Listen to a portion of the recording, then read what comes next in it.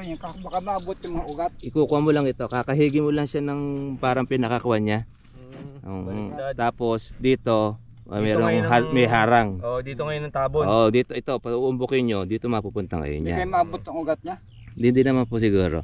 Ngayon, pag halimbawa naman na mayroong ugat, basta't magkaroon lang siya ng pinakaharang, at least mabubusog po yung inyong kuha. Yun ang nasa Gawa nyo na lang din siya. sabi ko nga sa Oo, lahat ng kuwan. I-try ninyo. pagka magtampak ng lupa. Oo, pagka kasi habang tumataas ang lupa niya, dinilig mo, nasa ibabaw lang ang basa niya. Hindi siya sumasagad sa ilalim.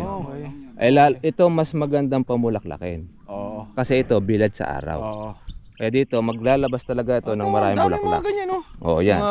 Yan ang mga gustong-gusto ng kalamansi. Bilad. Yung bilad sa araw. Lalo na ito pag nabusog ng tubig. Ay, ito, nawasalan din po yung tubig ninyo, no? Kuwan siya. Ito po, ito na yung kalamanda rin. Yan, mga ganyan. Oh. Hindi, kalamansi pa yan. Kalamansi pa siya. Ang palatandaan, pagkakalamanda rin, malapad po ang dahon, mahaba tinik. Ayun. Tapos, nandun sa ilalim po, sa pinakailalim tumutubo yun. Bawa, gaya nito. Ayan. Yan. Sa ilalim ang tubo nito. Pero ito, kalamansi pa rin. Makikita nyo pagka wala siyang bulaklak. Oh, yun. Yung una-una nyo papansinin, bakit mataba ito tapos walang bulaklak? Ayaw, kalamanda rin. O, tignan mo ito, kalilit pa eh. May mga nagbubulaklak. Pero doon kaya yabong. Oo, kasi yun, nalililiman siya. Oo, sa lilim. Oo, sa lilim po ng kuwan yan. Ayan. Ito kalamanda rin. Yan, yan ang may tinik. Ito yung, pwede nyo nang ganyanin yan. Pigtasin. May tinik siya. May tinik. Pag ito nabusog po ng tubig, mabilis pong lumaki yan. Ang kulang nito to tubig. Isang diretso yan. Oo, kalamanda rin na po ito. Dito lang ang dugtong niya. Alex. Kulay blue. Yan. Gaganyan lang siya para siya maagad. Ito rin lahat ng straight na kuha niya, kalamanda rin na kuha niya. Basta doon nasa ilalim na siya. Tinitingnan ko kung may tinik eh. Kalamanda rin yan. Kalamanda rin yan, basta't nandun sa pinakailalim. Yan, humahaba yung diretso. O ganun ang kuha niya setup. Nakikita ko sa vlog mo minsan, nagse-service ka rin talaga, no? Ikaw mismo nagpo-pruning. Nagpo-pruning yung kundi siya. Pagka sumobra kasi ito, pag ito tumayog, maobligado kang magtanggal doon sa ibabaw. Kasi lalo na pag wala ang bunga. Ito sa inyo na yun, doon. Maglalabong siya ng maglalabong. Pero dapat, magiging ganito dapat yan. Usbong niya, meron siyang magiging bulaklak. Etong sa amin, kung sakasakali, pagka halimbawa na prepare na namin yung may nire-recommenda ka bang magandang kuhaan na namin ng binhi? Sige po. Meron tayong mga kilala po, mga standard po natin na kuhaan dyan. Opo. Ang kuha po natin dyan, magandang klase kasi nasa binhi rin po kasi ang gaganda po ng bunga ng ating kalamansi. Saka sa alaga. Ito, meron kayong mga nasalit po na hindi magandang binhi eh. Yun nga. Siyempre, kasi ikaw medyo nakakuha na po siya. Nakarekomenda ka sa amin na magandang kalayan eh.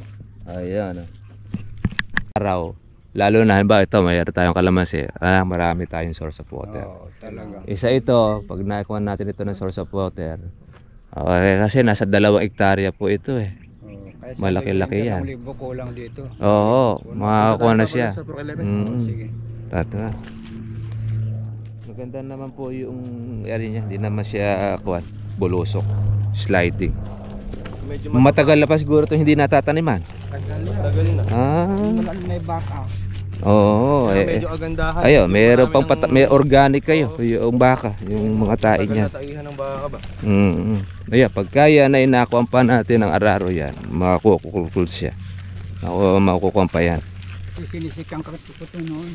Yan din ang galing sa panday na. Ayos pala ang kuha nito.